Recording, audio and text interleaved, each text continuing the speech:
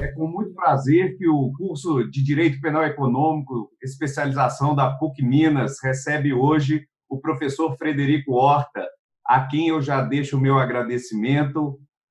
O professor Frederico sempre muito gentil e participativo de todos os eventos acadêmicos importantes.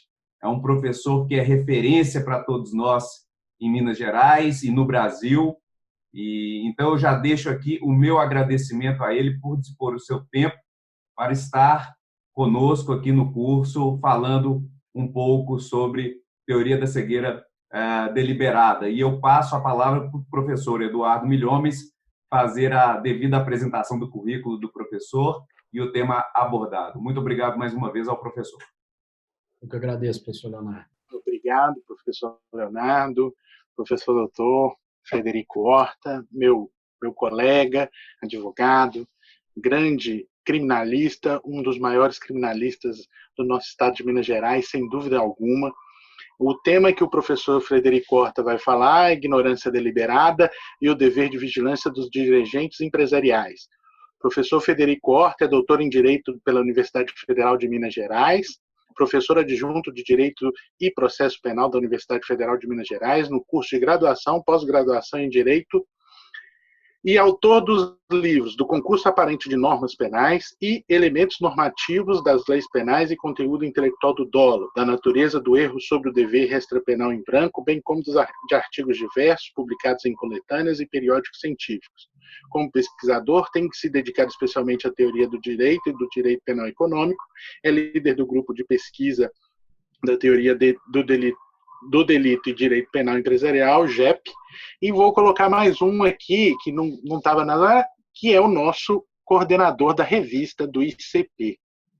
Muito obrigado, professor Frederico Horta, e eu lhe passo a palavra para você nos brindar com essa palestra, que eu tenho certeza que será maravilhosa. Muito obrigado. Eu que agradeço demais, caríssimos amigos, os professores Leonardo Rodrigues, Eduardo Milhomes. Agradeço demais a gentileza das palavras, da apresentação. Quer dizer que é um prazer, uma honra muito grande para mim estar participando e contribuindo com o trabalho de vocês na pós-graduação em Direito Penal Econômico da nossa querida Pontifícia Universidade Católica de Minas Gerais. Muito bem, o tema que eu trouxe hoje, eu peço licença aos senhores para compartilhar uma tela de PowerPoint. Então, o tema correto está aqui agora nesse slide: ignorância deliberada, dever de vigilância dos dirigentes empresariais. Os nossos problemas. A chamada teoria de cegueira deliberada, né, se ela acrescenta um argumento a mais e se o descumprimento do dever de supervisão dos subordinados pode fundamentar a responsabilidade dolosa do dirigente empresarial por crimes praticados por aqueles, né, quer dizer, pelos subordinados, no exercício de atividades delegadas. E agora sim chegamos ao nosso caso, né? É um crime tributário praticado na gestão de uma refinaria. O diretor financeiro de uma refinaria atua com dolo eventual de sonegação fiscal se desconhece a suposta fraude na apuração dos créditos de ICMS por não supervisionar a apuração das obrigações fiscais pelo gerente de contabilidade. E nós temos uma variação, né? Aqui, ele simplesmente não supervisiona a atuação do gerente de contabilidade e, por isso, desconhece completamente que esse gerente de contabilidade está fraudando a apuração de créditos de ICMS da empresa, que, por isso, está pagando menos ICMS do que deveria. Na variação 1 desse caso, nós já temos algumas informações a mais. Tá? O Compliance Officer reporta a esse diretor que as despesas com o recolhimento de ICMS foram substancialmente reduzidas, sem alteração substancial no faturamento, após a contratação de um novo gerente de contabilidade, que, por sua vez, já havia se mostrado afeito a medidas pouco ortodoxas para reduzir as obrigações fiscais da companhia. Este diretor, contudo, não autoriza uma auditoria, nem afasta o gerente, muito antes, pelo contrário, interessado em manter a melhora nos resultados financeiros. Afinal de contas, a empresa estava faturando mais e pagando menos imposto, né? E ele estava mais interessado nesse estado de coisas que em apurar possível sonegação. Tá? Então, nós temos uma primeira hipótese sem razões para desconfiar ou sem desconfiança e uma segunda hipótese com desconfiança de sonegação fiscal. Bom, nós vamos seguir o seguinte percurso para resolver as nossas questões iniciais. Nós vamos expor primeiramente aqui de forma rápida, até para compensar o tempo que eu já perdi com questões técnicas, a doutrina norte-americana da cegueira deliberada e o contexto dela, né? Nós sabemos que essa teoria da cegueira deliberada, ela aparece na nossa jurisprudência nos últimos 10 anos, não é? Muito ligada à sua versão americana, a forma como ela foi concebida e desenvolvida na jurisprudência norte-americana, e vale dizer que essa jurisprudência muito localizada, inclusive, na jurisprudência dos tribunais, do Tribunal Regional Federal da 4ª Região, né? Não por acaso, essa jurisprudência brasileira da cegueira deliberada, ela está muito ligada, de uma forma ou de outra, à atuação como juiz, né? O ex-juiz, agora ex-ministro da Justiça, Sérgio Moro, né? Uma genealogia dessa jurisprudência, dos seus laços com esse personagem, foi feita, inclusive, por Renato Silveira, num artigo interessante, e uma obra completa que procura fazer uma análise da jurisprudência brasileira da cegueira deliberada, uma análise crítica extremamente bem feita e substancial, é a do professor Guilherme Lucchesi, que eu recomendo vivamente, né? Mas nós vamos analisar, então, essa doutrina norte-americana da cegueira deliberada para verificar se, tal como essa doutrina foi desenvolvida pelos tribunais norte-americanos, se ela é pertinente ao direito brasileiro, se ela serve ou não para nós, se ela resolve ou não um problema do nosso direito, né? Depois, nós vamos tratar da cegueira deliberada em sentido estrito, né? Que eu estou chamando aqui de versão espanhola da doutrina, que trata de casos, na verdade, de cegueira absoluta. Quando o sujeito... porque na versão americana, nós temos a figura do sujeito que desconfia, então ele sabe um pouco a respeito do que faz, mas ele deliberadamente não quer ter certeza, ele não quer saber mais, ele não quer confirmar a sua desconfiança para não ser responsabilizado pelo que faz. Não é? Essa é a situação com a qual a jurisprudência norte-americana se debateu. Não é?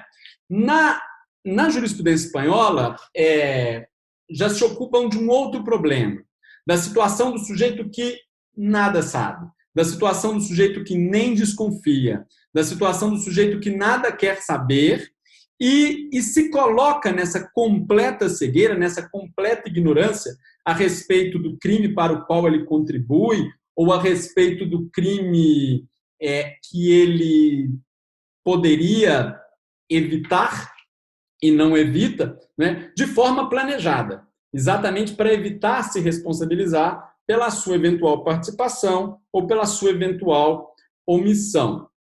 E nós vamos ver se nesses casos de cegueira absoluta, da situação do sujeito que sequer divisa mentalmente a situação típica para a qual ele contribui ou que ele não evita, né, se é possível nesses casos se falar em dolo.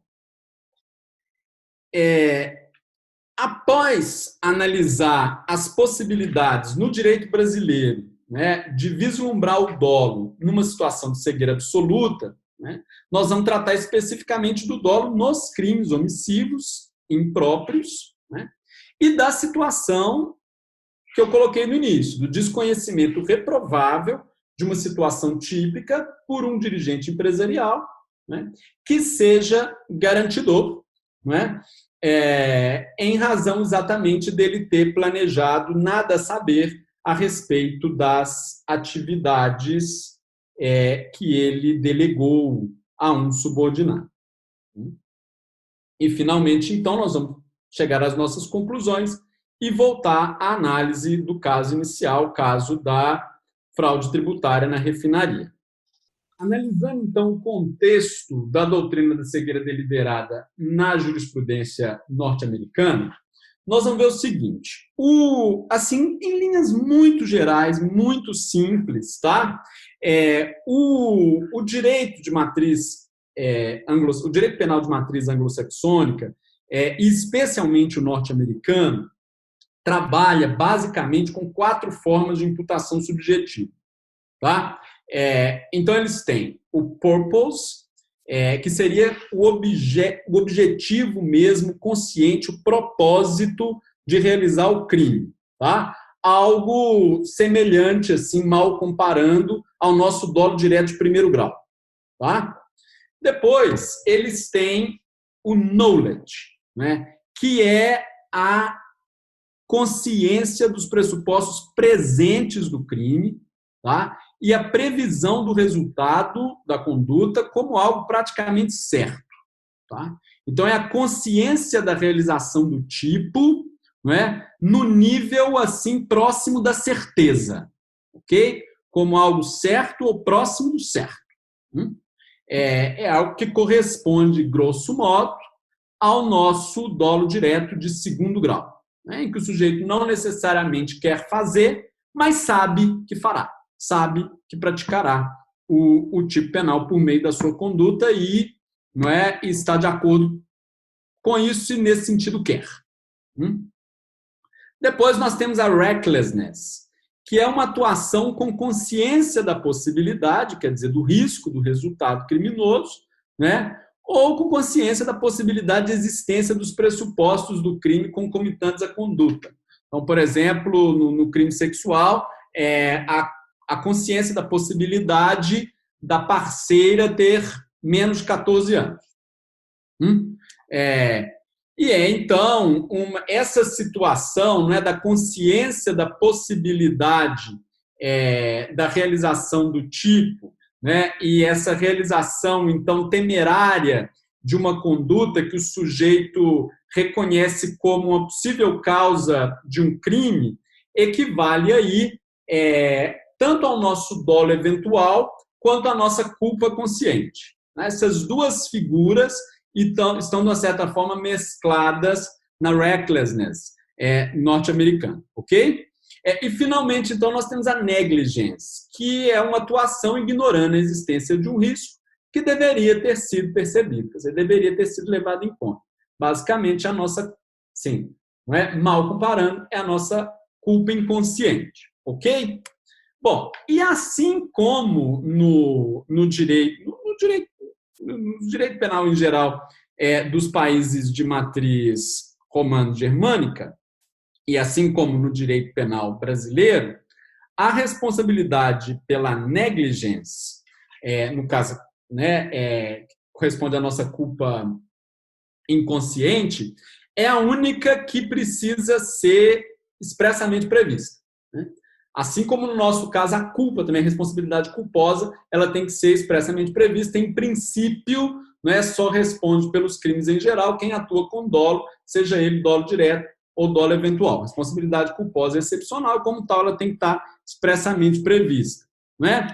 Mas não havendo previsão de nenhuma forma, previsão específica de um fundamento de imputação subjetiva, essa imputação subjetiva vai acontecer tanto nos casos de purpose, como nos casos de knowledge, como nos casos de recklessness. Ok? O problema acontece quando a lei requer algum nível de imputação subjetiva mais grave, assim, mais intenso do que a recklessness, né? Quando a lei requer, por exemplo, purpose, que ocorre no assassinato, num homicídio qualificado, vamos dizer assim, no direito norte-americano, da maioria dos estados, ou quando ela exige o knowledge, né? Que é o que acontece, por exemplo, para pegar um exemplo aqui do Código Federal, no tráfico de drogas e no crime de lavagem de dinheiro. Tá? No direito norte-americano, esses tipos de crimes só são praticados quando o sujeito efetivamente conhece todos os elementos do tipo que ele realiza, quando ele atua, digamos assim, consciente, portanto, com dolo direto. Mal comparando, seria como atuar com dolo direto, tá certo?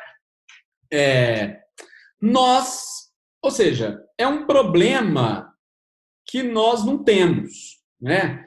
Porque na imensa maioria dos nossos tipos penais, né, eles se configuram tanto com dolo direto quanto com dolo eventual. Quer dizer, tanto quando o sujeito sabe o que faz, como quando ele desconfia seriamente do que faz. E então, assim, qual que é o problema que eles acabam tendo? Né? Que aparece demais na jurisprudência deles. Né? Do sujeito que desconfia do tipo de crime que vai praticar, então, por exemplo, o sujeito que aceita levar, nos casos de tráfico, isso é muito comum em se tratando das chamadas mulas. Né? O sujeito é contratado e aceita uma grana para levar um veículo de Los Angeles ou enfim, dali da Califórnia, San Diego, sei lá, para Tijuana, depois da fronteira do México. Né? E desconfia seriamente que naquele carro, em algum lugar, né, está escondido droga.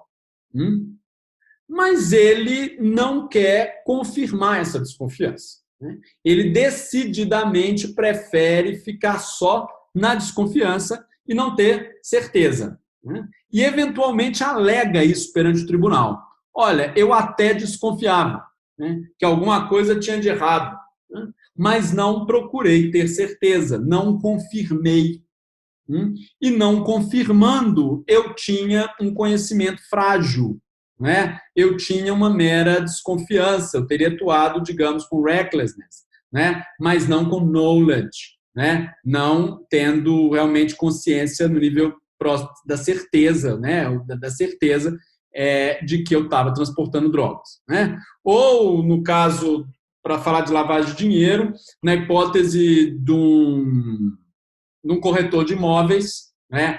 Que aceita receber a sua comissão em dinheiro vivo, né? Uma gorda comissão paga em dinheiro vivo na mala preta, num negócio que foi registrado com um valor abaixo do preço de venda, né? Num caso de uma transação imobiliária subvalorizada, né?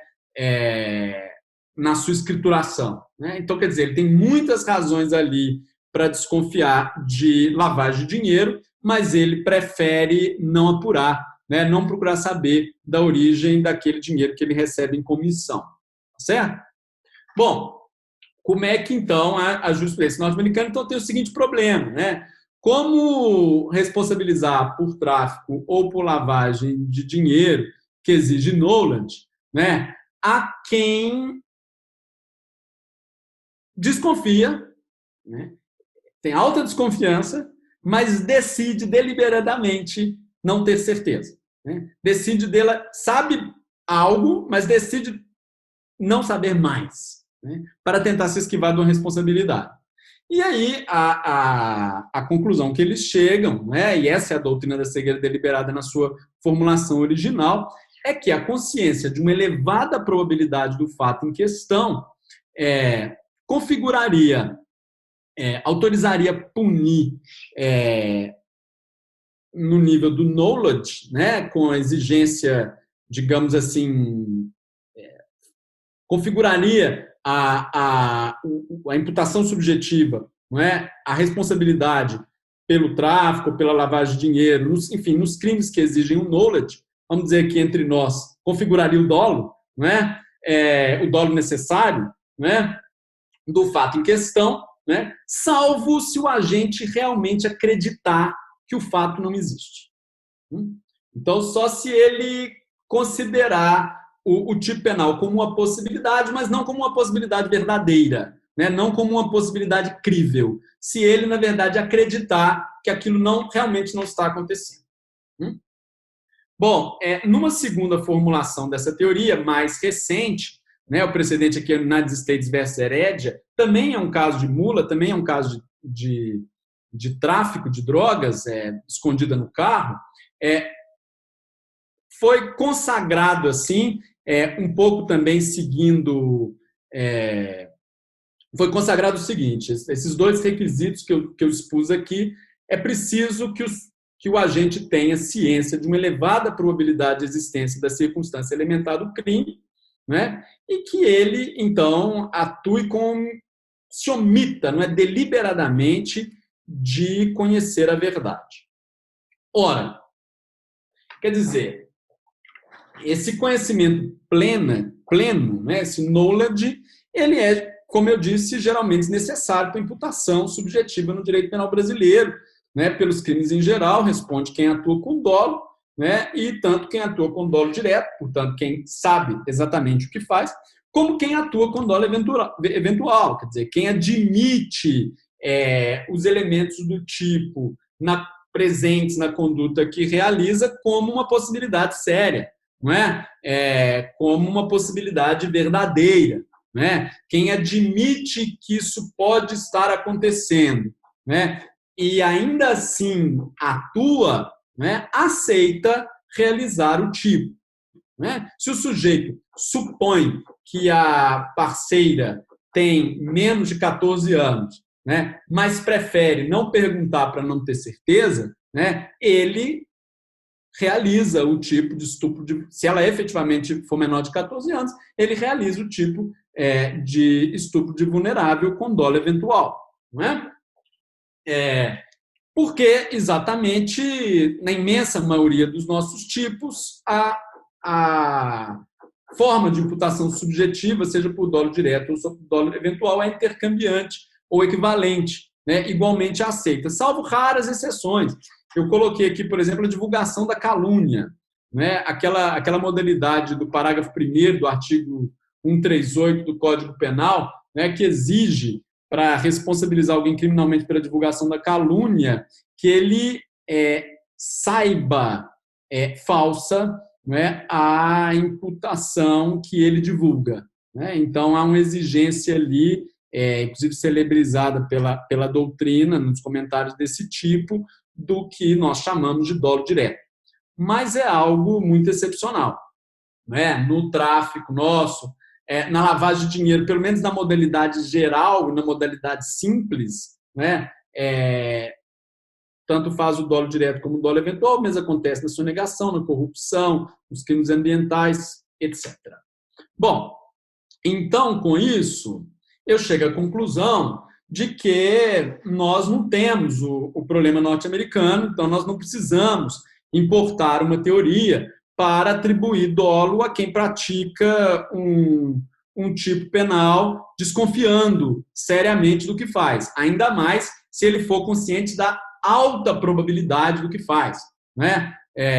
Ele não terá dolo direto, mas terá dolo eventual e poderá responder da mesma maneira. Eu trouxe aqui um precedente jurisprudencial no direito penal brasileiro. A gente já começam a surgir, né, precedentes questionando a teoria da cegueira deliberada na sua pertinência, e um deles é esse, eu citei aqui porque foi o voto vencedor na Operação Calicut, desembargador relator Abel Gomes, do Tribunal Regional Federal da 2ª Região, dizendo exatamente isso, que não parece correto decidir judicialmente dentro de um processo penal nacional, invocando julgados de cortes estrangeiras, normalmente do common law, quando há em nosso sistema jurídico regras próprias, específicas, para resolver enquadramentos de tipicidade subjetiva, né? Eu menciono aqui também do nosso Tribunal de Justiça de Minas Gerais alguns precedentes, inclusive um voto que, embora vencido, extremamente rico na crítica da aplicação da teoria de segredo deliberada na sua concepção norte-americana, que é o voto desembargador Alexandre Vitor de Carvalho, nessa apelação criminal que eu cito aqui.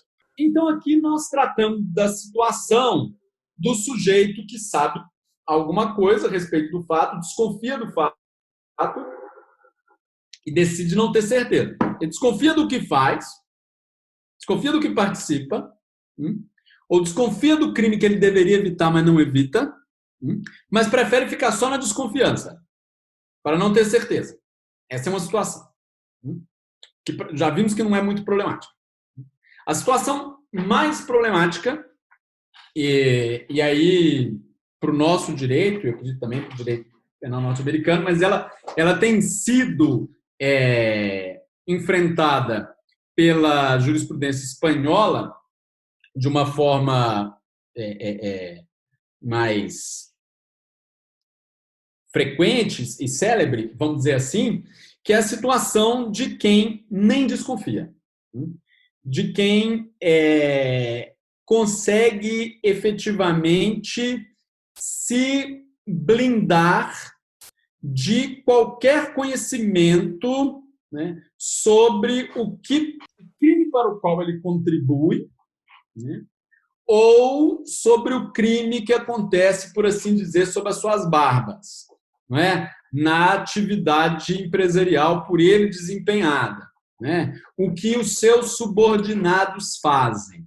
Né? É aquele sujeito, basicamente, que autoriza os subordinados a fazer o diabo, entre aspas, né? Desde que consigam bons resultados para a empresa, né? Sem se preocupar se esse fazer o diabo é ou não é cometer crimes e que tipo de crimes.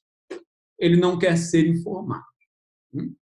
Ou, esse é o chamado administrador blindado, né? Ou então, para a gente pegar um exemplo mais proletário, consequentemente muito mais comum, que é o exemplo do laranja, né? Que empresta o seu nome para uma atividade empresarial, não é? Sem ter a menor noção. Então, empresta seu nome para figurar como sócio administrador de uma empresa, não é?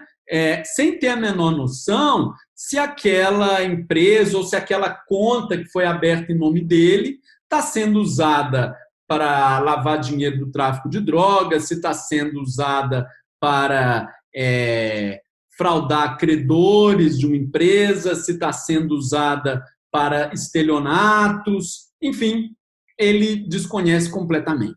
Não é? Ou mesmo desconhece se o seu nome no contrato social de uma empresa ou na abertura de uma conta no banco está sendo utilizado para uma atividade, para um ilícito penal ou para um ilícito de outra natureza. Ele só sabe que provavelmente alguma coisa certa não é, né? Mas ele não sabe o quê. Essa é a situação. Bom, esses casos é que a gente chamaria, Haguez e Valès, também numa obra fundamental a respeito desse tema, especialmente sobre a vertente espanhola da teoria, chamou de cegueira deliberada em sentido estrito. Né? O que são? São casos nos quais, de forma intencional, um sujeito consegue evitar, inclusive, a própria obtenção daqueles conhecimentos mínimos necessários para se verificar uma atuação com dolo eventual. Né? Ou, para usar as palavras do Lucas Pardini, um querido colega nosso que defendeu uma dissertação de mestrado e publicou um livro muito interessante, exatamente sobre o tema da minha exposição de hoje, que é a imputação dolosa de crimes empresariais ao dirigente por omissão por meio da teoria da cegueira deliberada. Ele define essa situação da seguinte maneira: que o sujeito decide realmente não saber nada, e não apenas não saber mais, após já ter alguma desconfiança baseada em indícios de já chegar ao seu conhecimento. Então, uma coisa é o sujeito que tem alguma desconfiança, o outro é o sujeito que consegue nem desconfiar. Bom, isso pode ser um caso de dolo, né? A jurisprudência espanhola tem dito que sim, né? E aqui eu cito um precedente importante do Tribunal Supremo Espanhol, segundo o qual quem não quer saber aquilo que pode e deve conhecer, e não obstante, trata de se beneficiar dessa situação, se for descoberto, não pode alegar ignorância alguma e deve responder pelas consequências de sua ilícita atuação. Ou seja, é uma responsabilização a título de dolo, né, do sujeito que ignora o que faz, quando essa ignorância, quando esse desconhecimento, quando esse erro, né, for inexcusável, né? Mais do que isso, quando ele for reprovável, por descumprimento de um dever de conhecer. No Brasil, nós temos precedentes nesse sentido, não por acaso é um precedente do TRF4 de 2017, mas nesse tipo de caso ele é recorrente na jurisprudência do TRF4, que é o caso da contribuição no contrabando pelos chamados olheiros, que são aqueles sujeitos que ficam encarregados de monitorar a rodovia para verificar a existência de alguma blitz, né, e comunicar o motorista que esteja fazendo comboio de produtos contrabandeados, né? E nesse caso específico, foi preso em flagrante um sujeito que era olheiro, e mais do que olheiro, também sentinela. Ele estava guardando uma van que estava vindo do Paraguai, a van paraguaia que apareceu no meu slide um pouco, vejo que não muito errado, mas um pouco errado. E o que aconteceu? Ele foi preso em flagrante como sentinela. A polícia interceptou, chegou ao galpão onde a van tinha estacionado, a polícia já estava acompanhando, monitorando aquela van há algum tempo, abriram a van e lá dentro encontraram cigarro contrabandeado, de marca não licenciada no Brasil, e também uma mira telescópica a laser.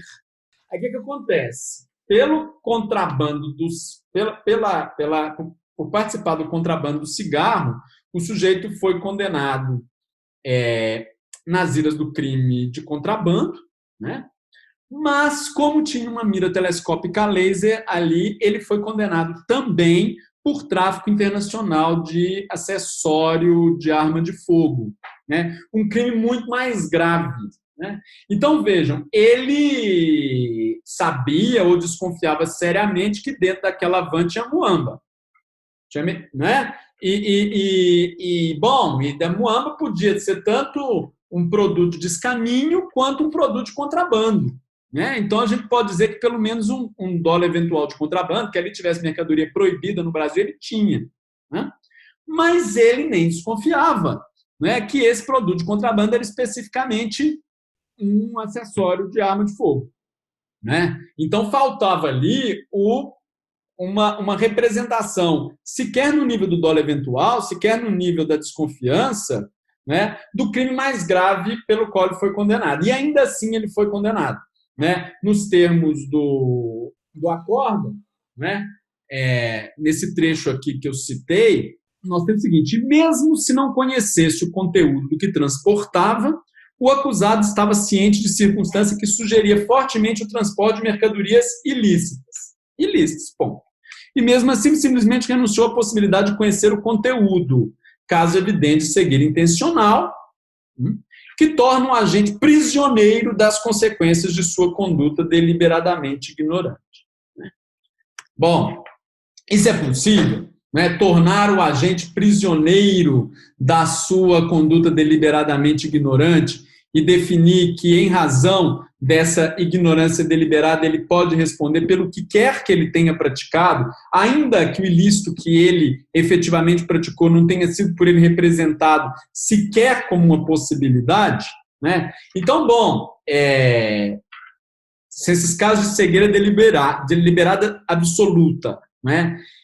Vamos ver se isso é possível. Eu diria que não. Por quê?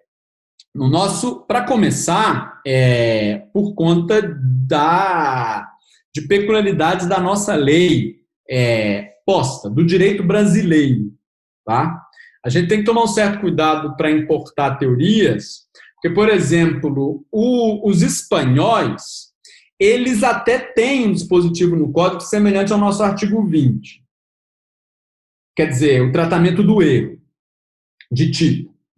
Mas eles não têm um conceito de dolo como o nosso artigo 18. Como nós temos no nosso artigo 18. E no nosso artigo 18 nós temos assim, disse o crime doloso quando o agente quis o resultado ou assumiu o risco de produzi-lo. É preciso querer ou assumir o risco, vamos admitir aqui, tomando a doutrina dominante, que é a doutrina da aprovação ou do consentimento, não é? Então, ele tem que ter querido ou pelo menos aprovado, aceitado, levado a sério, né?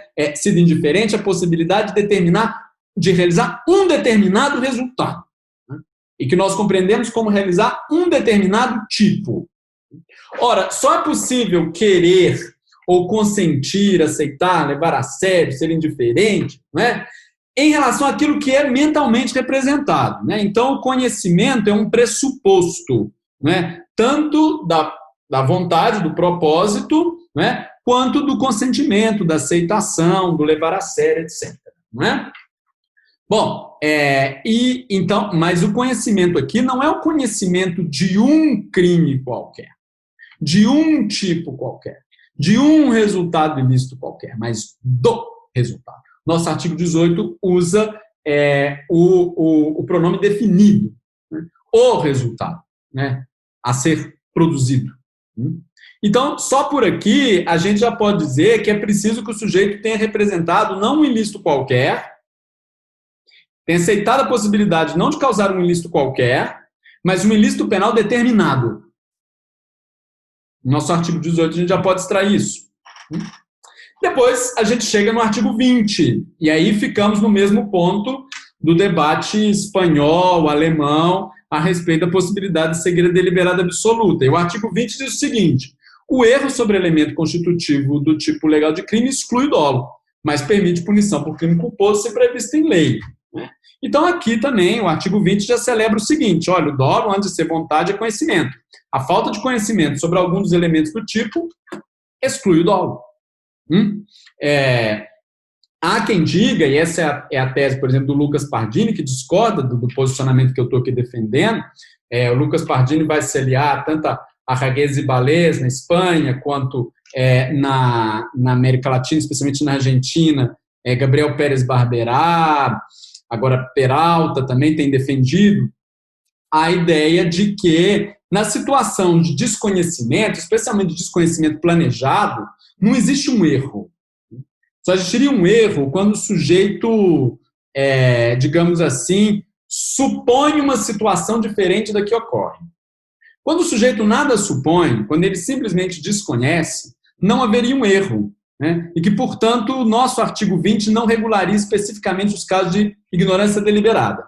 Porque aqui não seria um desconhecimento acidental por um equívoco, né? Mas na ignorância deliberada seria simplesmente um desconhecimento completo planejado. Quer dizer, um desconhecimento dominado, um desconhecimento pelo qual o sujeito é pessoal e exclusivamente responsável. Tá?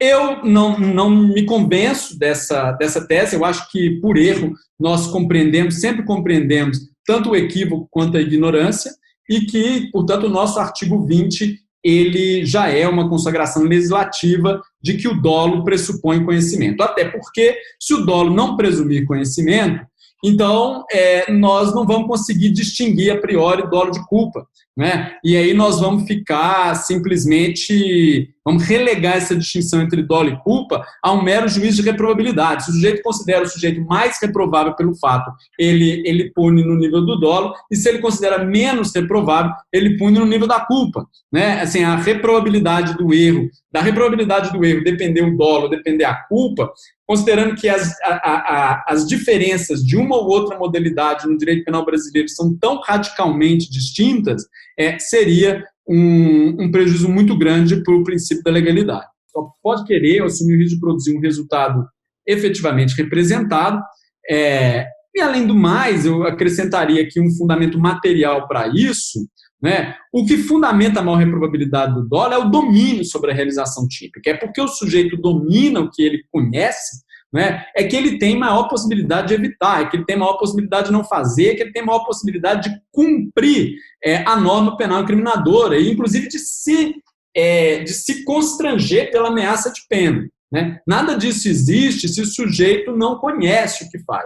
Se ele desconhece, ele não domina. Se ele não domina, ele está menos sujeito à própria ameaça de pena, né? Ele não é, por assim dizer, o sujeito preferencial da pena, na medida em que a pena tem exatamente uma função de tutela preventiva de bens jurídicos. É claro que ela se destina, então, primordialmente ao sujeito que sabe o que faz, que conhece o que faz e, portanto, que domina o que faz. É por isso que esse sujeito deve ser mais punido, ou seja, punido no nível do dolo, do que aquele que desconhece, que só deve, portanto, ser punido no nível da culpa. Não é? Então, muito bem. Por todas essas razões, nós entendemos que quem desconhece completamente o que faz e nem desconfia do que faz, não pode ser punido a título de dolo. Seja nos termos da lei posta no Brasil, tá certo? E seja mesmo no âmbito de uma discussão filosófica, eu defenderia isso até de lege ferenda. O conhecimento é fundamental para se reprovar alguém no nível do dolo. Mas chegando, então, à situação especificamente dos crimes omissivos, para a gente enfrentar o nosso problema, o que o dolo, né? O que é o dolo nos crimes omissivos, né? Especialmente o que é o dolo nos crimes omissivos impróprios. Agora eu estou vendo aqui que na minha apresentação tá crime omissivo próprio é um erro de digitação, tá, gente? Estou aqui com os requisitos do dolo no crime. Apesar de que, bom, vai ser. Porque aqui tem a figura do garantidor, eu estou me referindo mais ao impróprio. Vocês fazem aqui a adaptação para o próprio, tem até menos requisitos. Bom, mas para agir com dolo, o sujeito precisa reconhecer, né, saber, ou pelo menos representar como uma possibilidade a situação típica, quer dizer, o perigo de ocorrência do resultado, né, o perigo de ocorrência de um tipo penal, as condições ou circunstâncias que fazem dele um garantidor, quer dizer, todas as suas condições pessoais, as condições objetivas que geram para ele um dever de intervir para evitar o resultado, né? E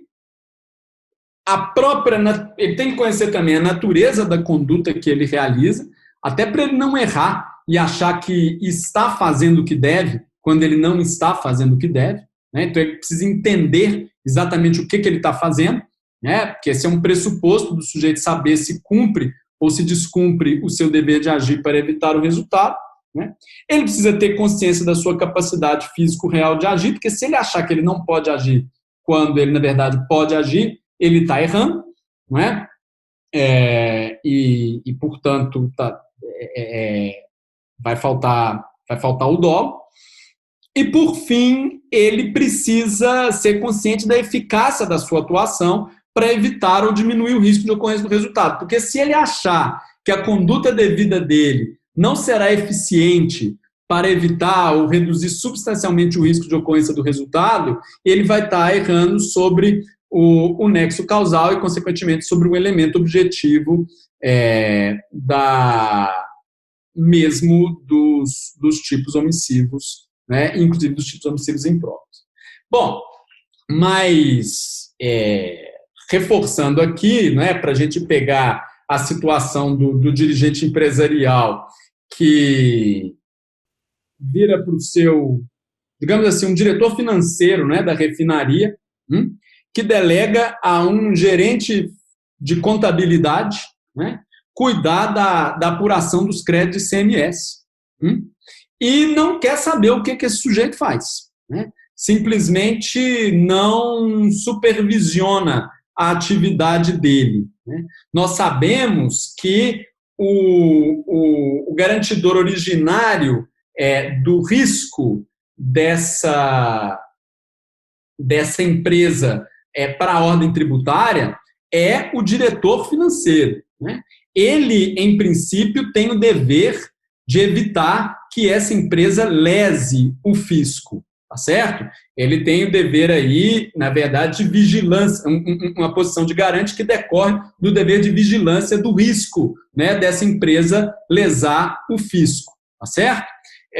E dessa sua posição, é claro, decorre, então, o dever de atuar para que a contabilidade seja realizada de forma regular, né, para que os impostos sejam devidamente apurados, para que o fisco tenha conhecimento dos fatos geradores de tributo da empresa, né, e que portanto, que não haja sonegação. Agora, é claro que ele pode delegar essa tarefa da contabilidade a um gerente financeiro, né, a um gerente de contabilidade, por exemplo, um subordinado. Se ele o fizer, e esse gerente de contabilidade, então, assume esse papel de zelar pela regularidade das obrigações contábeis da empresa, de uma certa maneira, esse subordinado delegado se torna também um garantidor, né? Agora, o dirigente não perde totalmente as suas obrigações, né? Ele não transfere completamente os deveres para o gerente de contabilidade. Permanece na mão dele e permanece com ele um dever de supervisionar a atividade do delegado, do gerente de contabilidade. Certo? Agora, vamos dizer que ele desconheça esse dever de supervisionar, infrinja esse dever de supervisionar. E exatamente por não supervisionar, desconhece, sequer representa, nem pensa no assunto que o gerente de contabilidade está fraudando o fisco para gerar melhores resultados para a empresa. Então, ele desconhece, embora reconheça a sua condição de garantidor, o fato dele ser diretor financeiro, ele desconhece a situação típica que acontece ali sob as suas barbas, né? Bom, a nossa primeira conclusão, que já foi, na verdade, por mim aqui exposta, é que a ignorância deliberada não fundamenta o dolo. Especialmente essa ignorância completa, absoluta, né? Porque a configuração do dolo não prescinde da consciência, ou seja, da representação da ocorrência dos pressupostos típicos do crime, ao menos como uma possibilidade. Se é assim, meus caros, a infração de um dever de supervisão das atividades delegadas, ela fundamenta, no máximo, a responsabilidade a título de culpa, mas não a título de dolo, né? Ou seja, não se pode tirar da infração do dever de supervisão o dolo na omissão imprópria do dirigente empresarial, né? A menos que ele reconheça o crime praticado pelo subordinado, a situação típica provocada pelo subordinado, ao menos como uma possibilidade. Se isso acontecer, né, se ele representar a possibilidade desse subordinado estar praticando sonegação fiscal, né, e preferir nada saber, porque afinal de contas ele está muito satisfeito com os resultados da empresa, aí a gente já pode falar, naturalmente, em dolo eventual. Tá certo? Então, voltando ao nosso caso, né? Na primeira hipótese, o diretor financeiro de uma refinaria atua com dolo eventual de sonegação fiscal. Se desconhece a suposta fraude na apuração dos créditos de ICMS por não supervisionar a apuração das obrigações fiscais pelo gerente de contabilidade, simplesmente por não supervisionar, se ele desconhece por completo, ele não tem dolo sequer eventual, né? E aí nós temos um problema, realmente, porque a sonegação fiscal ela não é punível na modalidade culposa, não é? E aí talvez a gente tenha, não é? Alguns vão dizer que a gente tem aqui uma lacuna de punibilidade que mereceria ser punido o sujeito que se coloca numa situação de não saber, de uma certa maneira, frauda o requisito da responsabilidade penal por esses crimes por meio da violação do dever de supervisão. Tem duas maneiras de solucionar esse problema. Uma é criminalizar, né, a modalidade culposa de sonegação fiscal. Outra é prever como crime autônomo a ignorância deliberada, quer dizer, prever como crime autônomo do dirigente empresarial, quer dizer, criminalizar como um tipo de crime autônomo, né, a violação do dever de supervisão de atividade delegada da empresa. Agora, tanto uma quanto outra solução, elas podem parecer boas à primeira vista, mas elas são extremamente problemáticas. Por quê? Porque elas vão ampliar demais a possibilidade de punibilidade da atividade empresarial, com grande comprometimento com a segurança jurídica dos empresários e, consequentemente, vai representar um desestímulo muito grande para investir na economia brasileira, ficar sujeito a um dispositivo duro como esse. Então, isso é que o legislador precisa se haver, não é, com os ônus e bônus de não criminalizar a ignorância dele, de não punir por dolo ou não punir autonomamente o sujeito, o dirigente empresarial que viola o seu dever de supervisão de atividades delegadas. Agora, a variação 1 é muito simples. Não é? Naquele caso em que o compliance officer reportou ao diretor que as despesas com recolhimento de ICMS foram substancialmente reduzidas, sem alteração substancial no faturamento. Então, primeiro indício, né, que nós tínhamos um gerente de contabilidade com histórico de medidas pouco ortodoxas, né, e diante de todos esses indícios, o diretor prefere não apurar, né, não fazer uma auditoria, porque está interessado em manter a situação como está. Então, nós temos aqui alguém que representa a possibilidade específica de sonegação fiscal, né? E pensa, seja o que for, acho que houver em qualquer circunstância, né, não evitarei. E por isso, prefiro não saber. Né? Esse sujeito atua com dolo eventual, e aqui nós podemos sim responsabilizar esse dirigente empresarial a título de dolo. Bom, então aqui algumas das minhas referências, algumas delas citadas durante a exposição, algumas, inclusive, eu tenho a alegria de saber que estão aqui me vendo, como a minha querida amiga professora Heloísa. Outros eu conversei hoje ao longo do dia, conversei com o professor Luiz, conversei com o Lucas, talvez o Lucas esteja aí. Mando um abraço para todos, agradeço a atenção dos senhores, peço desculpa por ter excedido o tempo que eu planejei inicialmente para a minha fala, mas aí eu vou usar aqui como álibi a minha pouca habilidade com o Zoom e com o PowerPoint no início. Muito obrigado. Professor Frederico Horta, a PUC Minas é casa sua também, então você sempre terá o tempo que quiser para falar. Eu só tenho a realmente lhe agradecer, e foi uma explicação. A gente que está aqui fazendo essa palestra online, né, eventualmente tem algumas questões que a gente precisa resolver, e eu prestando atenção no que você falava e como a gente... Esse assunto, eu não sei se você sabe, inclusive eu estou trabalhando ele no meu doutorado, né, a questão da responsabilidade dos dirigentes nos crimes omissivos impróprios. E a sua fala até me chamou a atenção para, quem sabe, eu fazer uma canalização para discutir dolo e culpa nesse aspecto. Então, eu sabia que ia aparecer uma luz ao longo da sua explicação para o meu trabalho. Eu já esperava por isso, porque realmente, como sempre, o professor Frederico Horta é brilhante. Eu sempre tenho o cuidado de não ficar fazendo perguntas para que também não fique cansativo.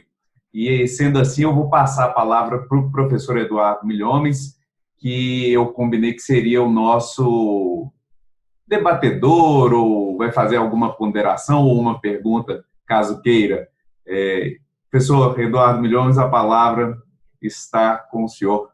Bom, professor Frederico Horta, como sempre, e não surpreendente, mas já esperado, uma excelente palestra, assim, em todos os sentidos, em grau de apuração que o senhor tem muito, e de profundidade também, digno de uma aula de uma pós-graduação, sem dúvida alguma. Eu tenho aqui, você colocou, tem 2 livrinhos que eu trouxe, que eu conversei com o professor Leonardo anteriormente, que é o seu, né? Que é um livro excelente, e tá alguém pegou o meu com sua assinatura, sabe, professor Frederico Horta? Então você vai ter que me dar um outro que eu tive que comprar novamente, você vai ter que me assinar novamente. E um outro que eu estou gostando muito, que eu até tenho conversado bastante, que o senhor colocou também, professor Eduardo Viana, que é o Dolo do Compromisso Cognitivo. Dentro desses 2, eu vou aqui fazer apenas uma... Não me sinto à vontade para fazer uma pergunta direta em si, mas uma indagação que muito me atinge também. Essa questão sobre o elemento volitivo do dolo é um complicador, sempre foi, desde a Actio Libera Causa e em todo o nosso ordenamento jurídico. E aí, por isso que a gente vê tantas prognoses e tentativas de modificação e tentativas de adequação à realidade estrutural do nosso dia a dia de hoje. Principalmente em um Estado que se diz um Estado capaz de gerir regras administrativas, gerir posições, protocolos, a fim de eliminar da conduta qualquer tipo de risco. E mais no risco empresarial e do sistema financeiro, então, que é uma atividade arriscada, a gente tenta de todas as formas controlar, e esse controle para o direito penal é sempre muito complicado. Bom, você acha hoje que o nosso Código Penal, eu vejo aí as modificações do Código Penal, você acha hoje que o nosso Código Penal, ele falta nele uma nova concepção de um tipo culposo mais robusto? A gente podia, talvez, trabalhar com negligência grosseira, a culpa temerária, nesses casos. Porque, olha, você trouxe o exemplo dos Estados Unidos. E ali a gente tem uma modulação do direito penal, do dolo, ali em 4 condutas. 4 espécies de modulação. E aqui a gente só tem basicamente 2. É o dolo e a culpa. E temos um trunfo. Porque, na prática, o dolo eventual ele serve para tudo o resto que a gente não consegue explicar. A gente traz um risco mais perto, a gente distancia o risco, e sem efetivamente trabalhar com condutas mais robustas. E é essa robustez que dá para o direito penal o princípio de garantia que ele é. Se eu estou numa atividade arriscada, se eu exerço uma atividade arriscada, essa atividade arriscada, lógico, ela tem que ser controlada, mas qual é o tipo de controle e de punibilidade que eu vou ter? Que eu tenho que ter isso em mente também, para ser acusado e até mesmo trabalhar, que o professor Leonardo gosta muito da culpabilidade, não vamos trazer isso para cá, mas ainda tem um outro elemento que depois a gente podia até trabalhar. Mas você não acha que a gente está ali, eu vejo muita gente trabalhando com a imputação objetiva, trazendo para o código, até no anteprojeto do código, lá no parágrafo 4º, no artigo 14, que agora é o dolo, né, acho que é 14, no parágrafo 1º, fala-se um pouco da imputação objetiva. A culpa a gente não modificou nada. Em outro, por exemplo, no Código de Trânsito Brasileiro, a gente trabalha com uma culpa agravada, por exemplo, por dirigir embriagado, no homicídio culposo. Não seria um fato a gente trazer no próprio exemplo que você colocou, trazer uma conduta culposa, mas agravada, talvez, por um risco maior?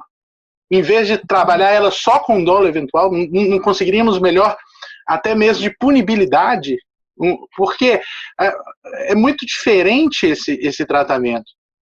E eu ainda acredito que, você acha, uma segunda, já ligando nisso, você acha que a evolução do nosso ordenamento é retirar, principalmente nesses crimes empresariais, é retirar o elemento volitivo do dolo?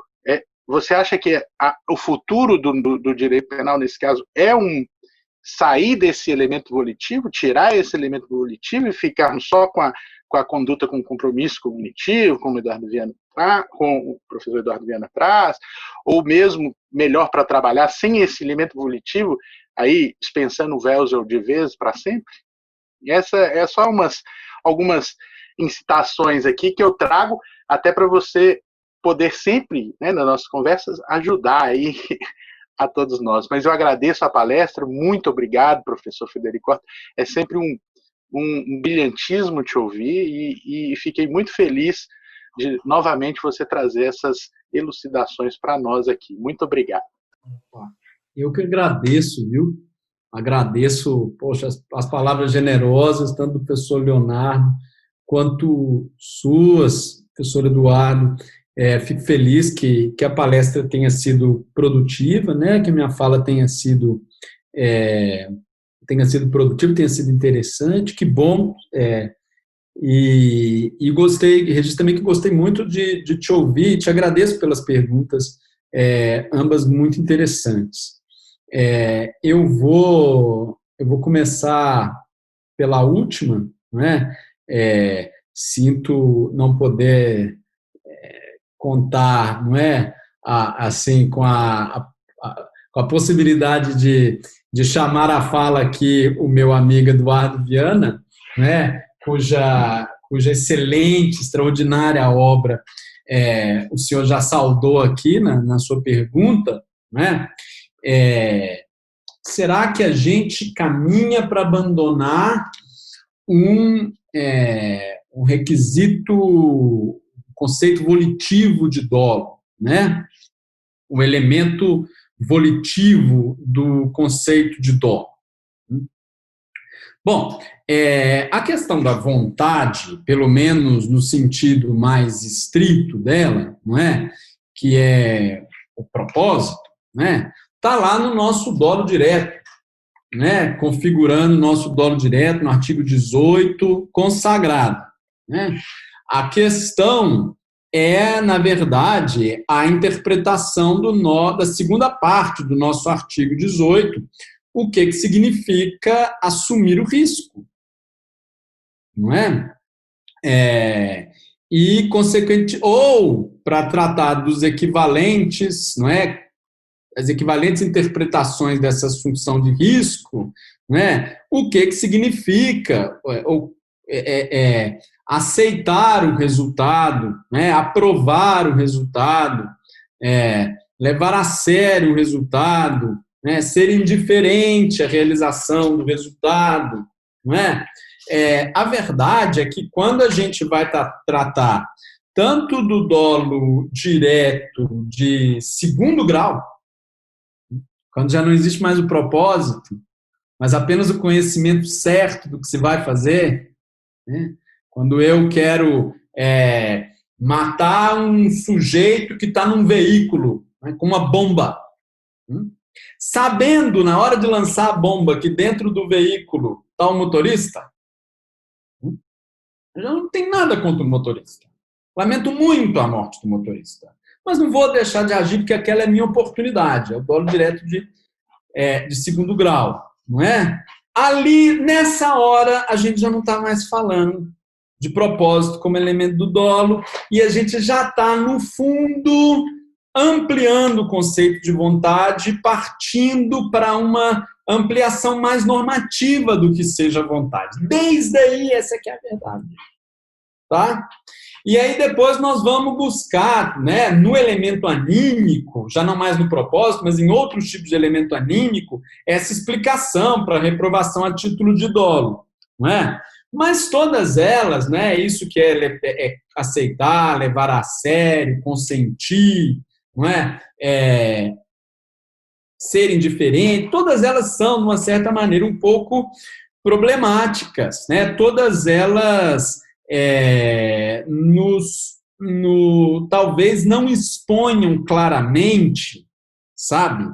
E com a segurança que a gente precisa, o que é necessário para dizer que o sujeito, para citar a expressão da nossa legislação, assumiu o risco de produzir o resultado.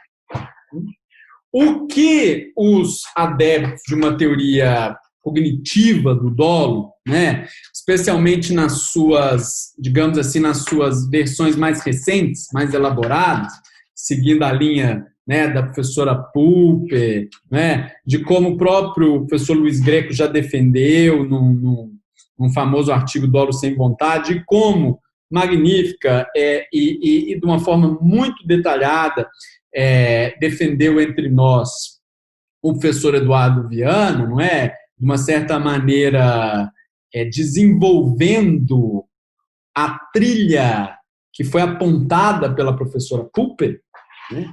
Indo além, portanto, até mesmo da proposta dela, é bom que se diga, não é? No sentido de complementar. O que ele procurou nos dizer, e eu concordo, é que quando a gente assume que o dolo sem o propósito pode ser afirmado exclusivamente com base no conhecimento, quando você tem, não é, um conhecimento realmente da probabilidade, um conhecimento da idoneidade daquela ação para gerar o resultado, quando você está agindo para aquele resultado, né, como agiria alguém que realmente quiser se causá-lo, ainda que o sujeito não queira.